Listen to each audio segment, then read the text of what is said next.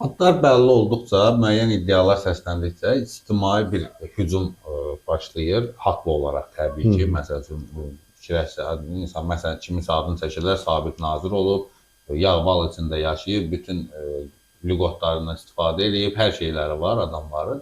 Amma dövlətdə çevirmək üçün, vətənə xəyanət eləməklə məşğuldurlar. Bu bir müddət bu cür davam edəndə bir necə deyim sizə, məmurlara qarşı bir etimadsızlıq yaradarmı sizdə yoxsa? Onsuz da etimadsızlıq Azərbaycan cəmiyyətində məmurlara var. Adamların bu saat ən çox narazı qaldıqları təbəqə məmurlardır. Hansı vəzifəyə kimi qoyurlarsa rayonlardan tutmuş, bölgələrdən tutmuş, Bakıdakı bunlar özlərini elə aparırlar ki, deyirlər get kimə şikayət edirsən elə. Bax mən buradan deyirəm, sizin efirdən deyirəm ki, bu bir reallıqdır. Azərbaycan cəmiyyətində insanları həddindən artıq narazı salırım. Get kimə deyirsən get deyirlər. Bunlar özünü nə hesab edirlər? Nəyə arxayındır? Jek deyirəm. Jekdən tutmuş. Bunlar nəyə arxayındır bu şəkildə? Niyə belə bir sistem yaranıbdır? Niyə insanların səsinə və müraciətinə reaksiya verilmir? Tək-tək verilir.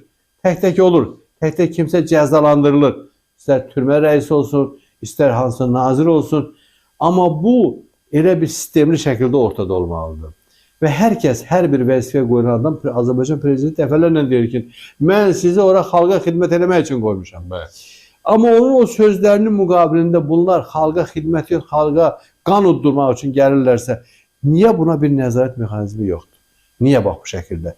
Mən görürəm, yəni ta ki, partiya sədri olaraq müxtəlif tədbirlərdə müxtəlif vəzifəli adamlarla görüşürük, deputat olsun, icra başçısı olsun, müxtəlif adamlar var, rektor olsun universitetin. Baxırsan ki, ta ki mənim indi müəyyən statusum var. Münasibətlər normaldır. Amma o münasibəti istənilən adama göstərməlisən sən.